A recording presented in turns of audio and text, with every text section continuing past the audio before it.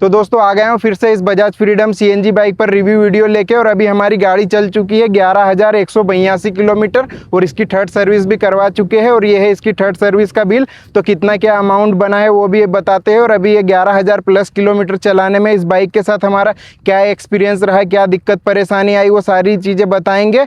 और जिन भी लोगों ने मेरे पास इंस्टाग्राम पे बहुत लोगों के मैसेज आते हैं कि भाई हम ये बाइक लेने की प्लानिंग कर रहे हैं तो हमारे लिए कैसी रहेगी। वैसे तो मैं जो पहले रिव्यू वीडियो बनाई थी उसमें सारी चीज़ें बता चुका हूं, लेकिन अभी भी लोगों के कुछ सवाल जवाब रह गए, तो वो आज की इस वीडियो में कवर करने की कोशिश करूंगा। और अभी सारी चीज़ें बताने से पहले कुछ बातें मैं बताना चाहता हूं कि जो लोग भी इस वीडियो को इंस्टाग्राम पे देख रहे हैं, तो इंस्टाग्राम पे ऐसा रहता है कि अगर 3 मिनट से ज़्यादा की वीडियो एक बार में डालेंगे तो वो नॉन फॉलोअर्स तक नहीं पहुँच पाएगी। और हर क्रिएटर यही चाहता है कि उनकी वीडियो पर अच्छे खासे व्यूज़ आए और ज़्यादा लोग देखें।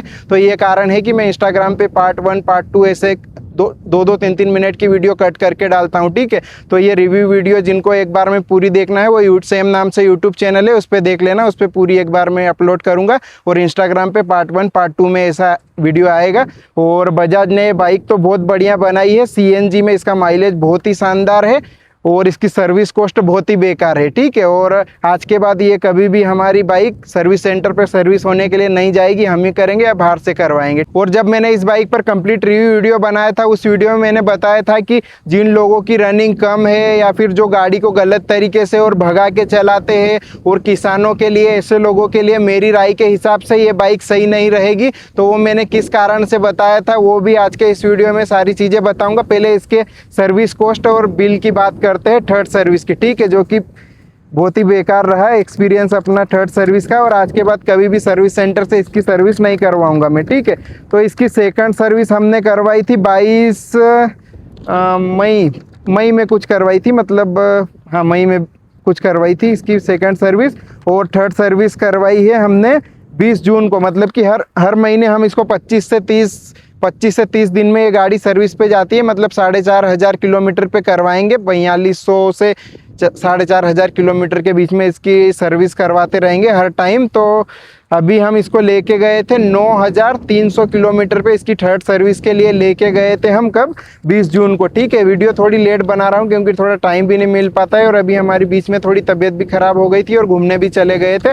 तो इसकी थर्ड सर्विस का जो उन्होंने बिल बनाया है 2760 रुपये थर्ड सर्विस का बिल बनाए। और हम चेन क्लीन और ल्यूब करके ही लेके गए थे, फिर भी उन्होंने अमाउंट जोड़ लिया था, उसको कम करवाए, नहीं तो वो 3,000 के आसपास बिल बन गया था। तो इसकी थर्ड सर्विस का जो बिल हमने पे किया है वो 2760 रुपये बनाए, जो कि बहुत ही ज़्यादा है इस बाइक के लिए। और ये फ्री सर्विस थी, इसके बाद वाली सर्विस में तो ये मान के चलो कि 4,000 प्लस टच कर देंगे वो। इस कारण से अब ये बाइक कभी भी सर्विस सेंटर पे नहीं जाएगी। तो जो किन किन चीज़ों के पैसे लगे वो देख लो। मैंने जब ये गाड़ी सर्विस सेंटर पे दी थी थर्ड सर्विस के लिए, मैंने उनको साफ, मैं खुद ही गया था ये गाड़ी सर्विस पे देने के लिए। मैंने उनको साफ तौर पे बताया था कि इसका ऑयल फिल्टर चेंज करना, ऑयल चेंज करना, एयर फिल्टर चेंज करना और ब्रेक शू चेक कर लेना, रिक्वायरमेंट है अगर बदलने की तो बदल देना, और चेन लुब्रिकेशन कर दिए है, उसके एडजस्टमेंट देख लेना चेन की। बस इतनी सारी चीज़ें मैंने बताई थी कि ये करना है, ठीक है। अब उन लोगों ने क्या क्या किया बिना पूछे वो देख लो।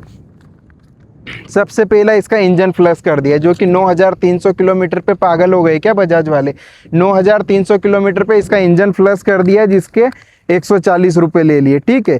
फिर इसका इंजन ऑयल चेंज किया, जिसके 800 रुपये, हर बार थोड़ा बहुत प्राइस चेंज ही होता जा रहा है। ऑयल फिल्टर चेंज किया, जिसके 74 रुपये लगे। कुछ ओरिंग चेंज हुई थी, ऑयल फिल्टर की थी शायद वो, तो जिसके 53 रुपये लगे। फिर इसका ड्रेन बोल्ट, जो ऑयल बोल्ट आता है वो चेंज कर दिया उन लोगों ने, उसके 46 रुपये। छोटी मोटी चीज़ें तो हम समझते हैं कि ऑयल का बोल्ट हो गया, ओरिंग हो गई, ये समझ में आती, लेकिन 9,300 पे इसका इंजन फ्लश कर दिया, ये गलत है। एयर फिल्टर इसका चेंज हुआ, जिसके लगे 329 रुपये, ठीक है। और फिर और कुछ लगा था 25-26 रुपये की कुछ चीज़ थी। उसके बाद में ग्रीस की पाउच के भी हमको ही पैसे देने पड़े, जिसके 9 रुपये लगे, ठीक है, उसका भी। फिर रस्ट स्प्रे के 85 रुपये, वो पता नहीं कहाँ लगा है, वो नहीं पता है हमको, उसके 85 रुपये लगे।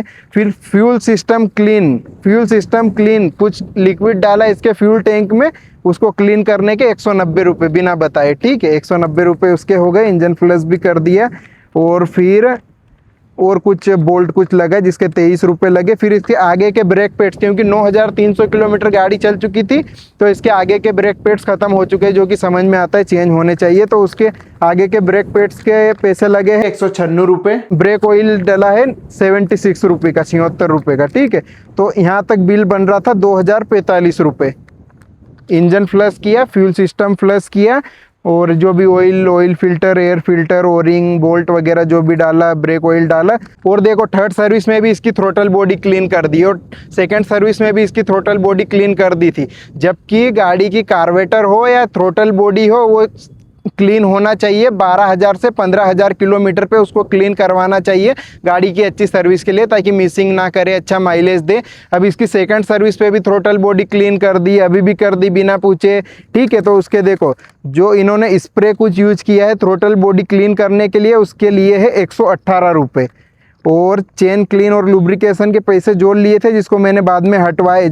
इसका मतलब क्या समझे कि जो बिल काउंटर पे बैठा है वो कुछ भी बिल बना रहा है क्या? जब क्लीन इसकी कर दी थी, हम करवा के लाए थे, घर से ही करके लेके गए थे मतलब। और मैंने साफ तौर पे बता दिया था कि भाई देखो ये क्लीन है, इसको मत करना। और जिस पर्सन ने अटेंड किया था उसने बोला हाँ सर नहीं करेंगे इसको क्लीन वगैरह, और स्प्रे वगैरह भी नहीं करेंगे। तो फिर जो बिल काउंटर पर जो पर्सन है उसको जानकारी नहीं रहती है क्या? वो कुछ भी ऐसे ही बिल बना के दे रहा है क्या लोगों को?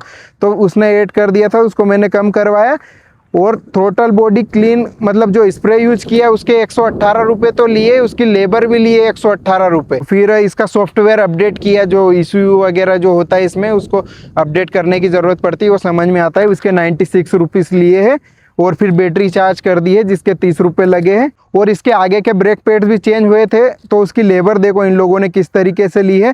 2 बार 177 रुपये चार्ज किए हैं। तो ये सवाल मैंने किया था उन लोगों से, सर्विस सेंटर वालों से, कि भाई ये कैसे अमाउंट लिया है। और यही काम ब्रेक पैड चेंज करने का बाहर का मैकेनिक 50 से 60 रुपये में कर देता है। 2 बार 177 रुपये कैसे लिए? मैंने सर्विस सेंटर पर पूछा तो बोले कि 177 रुपये तो ये व्हील को खोल के पहले बाहर निकाला उसके, और 177 रुपये ब्रेक पैड्स उसमें ये कैलिपर में ब्रेक पैड्स डाले उसके। तो 177 रुपये 2 बार चार्ज किए इसके ब्रेक पैड्स चेंज करने के लिए, जो कि 300 से भी प्लस जा रहे हैं। सिर्फ ब्रेक पैड्स को चेंज करने का अमाउंट इतना है, ठीक है। और फिर हाँ इतना हुआ। तो टोटल अब देखो मैंने जब ये बाइक खरीदी थी तब मेरा एक्सपेक्टेशन ये था कि भाई 1000 रुपये से 1200 रुपये में सर्विस होनी चाहिए।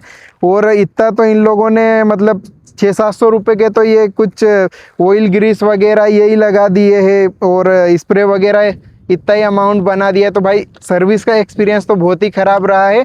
और अभी इसकी सर्विस में हमेशा बाहर से ही करवाऊंगा या मैं ही करूंगा। अभी हमारे पास थोड़ी जगह कम रहती है, नहीं तो सारा काम आता है मुझे, मैं ही करूंगा। और अब इसके ऑयल को भी मैं रिप्लेस करूंगा, तो वो कौन सा ऑयल यूज करेंगे वो भी आगे आने वाली वीडियो में बता देंगे। तो दोस्तों इतना अमाउंट बना दिया था इसकी थर्ड सर्विस का, 3000 टच कर दिया। ये मान लो अगर चेन स्प्रे करके क्लीन करके नहीं ले जाते तो अभी ये तो फ्री सर्विस थी। अगर इसके बाद की देखे तो ये मेरे को लगता है कि 4000 से प्लस आराम से पहुंचा देंगे। तो किसी बाइक के लिए भाई 4000 की सर्विस होना, इतने अमाउंट की सर्विस होना, ये बहुत ही ज़्यादा होता है। इतने में तो कार की हो जाती है। और मैंने जब गाड़ी ली थी तो इतना एक्सपेक्टेशन नहीं किया था कि इसकी सर्विस कॉस्ट इतनी ज़्यादा होगी। और सर्विस सेंटर वालों का कहना है कि हमको कंपनी रिकमेंड करती है सारी चीज़ें करने के लिए, नहीं तो गाड़ी की वारंटी ख़त्म हो जाएगी। तो भाई इस वीडियो पे बजाज वालों को टेक करना कि भाई कैसे क्या लूट रहे हो लोग, क्यों लेते हैं कि ये बाइक क्यों लेंगे लोग, क्योंकि सीएनजी में माइलेज अच्छा है। और इसमें कोई डाउट नहीं है कि इसका माइलेज सीएनजी में बहुत ही बढ़िया है। और बजाज ने गाड़ी तो बहुत ही बढ़िया बनाई है, लेकिन इसकी सर्विस बहुत बेकार है। तो ये सारे सवाल जवाब अपन बजाज कंपनी से पूछ सकते हैं कि भाई क्यों लूट रहे हो लोगों को ऐसे सर्विस कॉस्ट के नाम पे इतना ज़्यादा अमाउंट लेके। वैसे तो सभी सर्विस सेंटर पर ऐसा ही मिलता जुलता ही सीन होता है, लेकिन यहाँ कुछ ज़्यादा ही लग रहा है। और मैंने क्यों बोला था कि किसानों के लिए और जो कम चलाते हैं उनके लिए, और जो भगा के चलाते हैं उन लोगों के लिए गाड़ी सही नहीं रहेगी मेरी राय के हिसाब से। तो उस पे आते हैं, तो जिन लोगों की रनिंग कम है उन लोगों के लिए ये गाड़ी बेस्ट नहीं रहेगी। वो मैंने इस कारण से बोला था क्योंकि पहली बात तो ये है कि अगर इसका प्राइस देखोगे, अगर बेंगलोर और दिल्ली जैसी सिटी में इसका प्राइस देखोगे तो इसके टॉप मॉडल का डिस्क ब्रेक और एलईडी वाले वेरिएंट का प्राइस है 1,35,000 से 1,40,000, जो कि प्राइस दूसरी गाड़ी से अगर कंपेयर करेंगे तो 25-30 हज़ार के आसपास ज़्यादा है। तो एक तो प्राइस का कारण हो गया। और जो लोग मान लो कोई 15 किलोमीटर डेली चल रहा है तो वो साल भर में इतने पैसे नहीं बचाएगा जितने वो गाड़ी के अमाउंट पे ज़्यादा पे कर रहा है। ठीक है, ये कारण था। और मेरे को पहले से ही थोड़ी भनक थी कि ये थोड़ा ज़्यादा खर्चा करवा सकती थी, इसलिए मैंने उन लोगों को पहले ही फ़िल्टर कर दिया था जो मतलब मेरे हिसाब से जिनका कभी नुकसान नहीं होना चाहिए। कौन? जिनकी रनिंग कम है और किसान हो गए, जो लोग डेली 15-20 किलोमीटर गाड़ी चलाते हैं और वो माइलेज वाली बाइक देख रहे हैं। इसका मतलब क्या समझे कि उनकी भाई हालत थोड़ी कमज़ोर है और वो अच्छा माइलेज और अच्छी गाड़ी देखना चाह रहे हैं। इसलिए मैंने उन लोगों को पहले फ़िल्टर कर दिया था कि ऐसे लोग इस गाड़ी से अगर थोड़ा सा बच के रहे मेरी राय में तो वो सही रहेगा। और जिन लोगों की रनिंग ज़्यादा है, जैसे अभी हमारी डेली 200 किलोमीटर से प्लस इसकी रनिंग है और हम हर महीने इससे 30 से 40 हज़ार की कमाई कर रहे हैं, तो हम इसके 4 से 5 महीने या ज़्यादा से ज़्यादा 6 महीने में पूरे पैसे वसूल कर लेंगे। तो हमारे लिए तो ये फ़ायदे का ही सौदा है। और सीएनजी में माइलेज भी इसका बेस्ट है। और एक मैंने क्या बोला था कि किसानों के लिए सही नहीं रहेगी। किसानों के लिए सही नहीं रहेगी क्योंकि उसका सबसे पहला कारण था कि इसकी ओपन चेन, हम भी किसान फैमिली बैकग्राउंड से ही आते हैं, तो इसकी चेन क्लीन में एक दिन खेत में जाएगी तो पूरी हालत ख़राब हो जाएगी। चेन वगैरह जिस भी बाइक की ये चेन ओपन हो वो किसानों के लिए मैं सही नहीं समझता हूँ। और एक है इस बाइक का वेट, ये देखने में नन्ही मुन्नी दिखती है लेकिन इसका वेट सुनो, देखो जो स्प्लेंडर होती है उसका वेट होता है करीब 112-113 किलो और इसका वेट है 147-148 केजी कुछ वेट है। भारी है गाड़ी, ये देखने में थोड़ी हल्की लगती है लेकिन भारी है। इस कारण से मैंने किसानों के लिए सही नहीं रहेगी ऐसा बताया था। और सीएनजी पंप भी नहीं मिल पाते हैं लोकल एरियाज़ में और सर्विस का भी थोड़ा मेरे को डाउट ही था, इसलिए मैंने पहले उन लोगों को फ़िल्टर कर दिया था। और एक और है कि जो ज़्यादा भगाते हैं वो तो देखो उन लोगों को कैसी भी गाड़ी दो वो ख़राब कर ही देंगे, तो जो ज़्यादा भगाते हैं उन लोगों के पास सीएनजी बाइक तो ज़्यादा टिक नहीं पाएगी, ऐसी मेरी राय थी। तो ये कारण था कि मैंने उन लोगों को बोला था कि जिनकी रनिंग कम है और किसानों को और जो ज़्यादा गाड़ी भगाते हैं उन लोगों के लिए ये फ़ायदे का सौदा नहीं हो सकती, ऐसा मैंने बताया था। और जिनकी रनिंग ज़्यादा है, जिनकी 60 किलोमीटर से रनिंग ज़्यादा है डेली की और व्यवस्थित रूप से गाड़ी को चलाते हैं उनके लिए इस गाड़ी से बेस्ट गाड़ी कोई नहीं हो सकती अगर माइलेज की बात करें तो। और मैंने ये गाड़ी सही टाइम पे खरीद ली। अब देखो आ गया ना E20 E85 और पेट्रोल का प्राइस भी अभी कितना हो गया है 112-113 कुछ बेंगलोर में चल रहा है और अदर सिटी में इससे ज़्यादा हो गया है। और सीएनजी का प्राइस है अभी 97 और माइलेज दे रही है 95 से प्लस ही दे रही है सीएनजी में, बेंगलोर जैसी सिटी में भी। तो अगर हम देखें अभी हमारी रनिंग इस गाड़ी पे है 4,500 से 5,000 किलोमीटर पर मंथ, 25 से 30 दिन में चल जाती है। तो डिलीवरी वालों के लिए और रैपिडो के लिए तो ये गाड़ी बेस्ट है और हमारा भी पर्पज़ वही है। तो अगर महीने का हम अगर इसका दूसरी गाड़ी से कंपेयर करें, अगर दूसरी गाड़ी को देखें जो कि 55-60 का माइलेज ही देगी, सभी गाड़ी 100 से 125 सीसी की बेंगलोर जैसी सिटी में अगर देखें तो उनका अगर पेट्रोल का खर्चा देखें तो 9,000 से 10,000 जाएगा 4,500 किलोमीटर गाड़ी चलाने पे। और इस गाड़ी में उसका खर्चा आधा आएगा, 4200 से 4700 या ज़्यादा से ज़्यादा 5,000 के अंदर में इसका खर्चा आएगा। तो महीने के 4,500 से 5,000 रुपये सिर्फ पेट्रोल कॉस्ट पे बचा रहे। तो अगर सर्विस सेंटर से ही करवाएंगे तो उसका आधा पैसा तो उधर ही डोनेट कर देंगे। तो इसलिए सर्विस को अभी मैं खुद ही करूँगा। इसका ऑयल कौन सा रिप्लेस करूँगा वो अभी देखने वाली बात है, वो आगे के वीडियो में बता देंगे। और बजाज वालों से भी यही सवाल जवाब है कि भाई इसकी सर्विस कॉस्ट इतनी महंगी क्यों है? ये फ्री सर्विस तुम 3-3 हज़ार पहुँचा रहे हो तो इसकी पेड सर्विस तो फिर 4,000 से प्लस पहुँचा देंगे। तो इसलिए अब सर्विस सेंटर पे गाड़ी नहीं ले जाऊंगा, मैं बाहर से इस काम इसका करवाऊंगा या खुद ही करूंगा।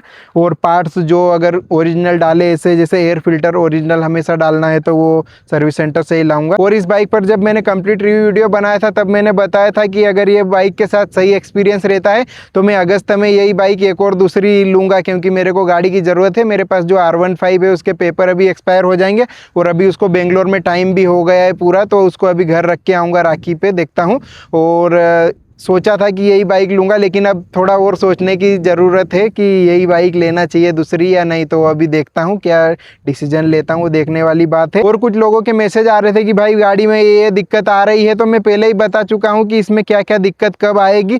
तो देखो जिस हिसाब से हमारी गाड़ी चल रही है डेली बेंगलोर में 200 किलोमीटर प्लस चल रही है और गाड़ी गर्म भी होती है इतनी अगर डेली चलेगी और सिटी में चल रही है, तो अगर 200 किलोमीटर प्लस चलेगी इस गाड़ी के अलावा कोई सी भी दूसरी गाड़ी रहती तो 30 से 35 या ज़्यादा से ज़्यादा 40,000 किलोमीटर में हर बाइक कोई सी भी हो, अगर उसको बेंगलोर जैसी सिटी में डेली 200 किलोमीटर चलाएंगे तो उसकी क्लच प्लेट 40,000 के अंदर में चले जाएगी। तो मैं बता चुका हूँ कि इसकी 30 से 35 या 40,000 के अंदर में इसकी क्लच प्लेट चेंज करवानी पड़ेगी, और उतने ही किलोमीटर चलने पर कहीं ना कहीं से इंजन ऑयल लीक होने लगेगा तो वो भी दिक्कत आएगी। और जो इसकी टाइमिंग चेन है, अभी तो साउंड बढ़िया है, अभी 11,000 किलोमीटर चली है, लेकिन 25,000 किलोमीटर के आसपास में 20 से 25,000 किलोमीटर में टाइमिंग का थोड़ा बहुत टाइमिंग चेन का नॉइज़ आने लग जाएगा। और हीरो और बजाज की गाड़ी में ये दिक्कत थोड़ी जल्दी आती है।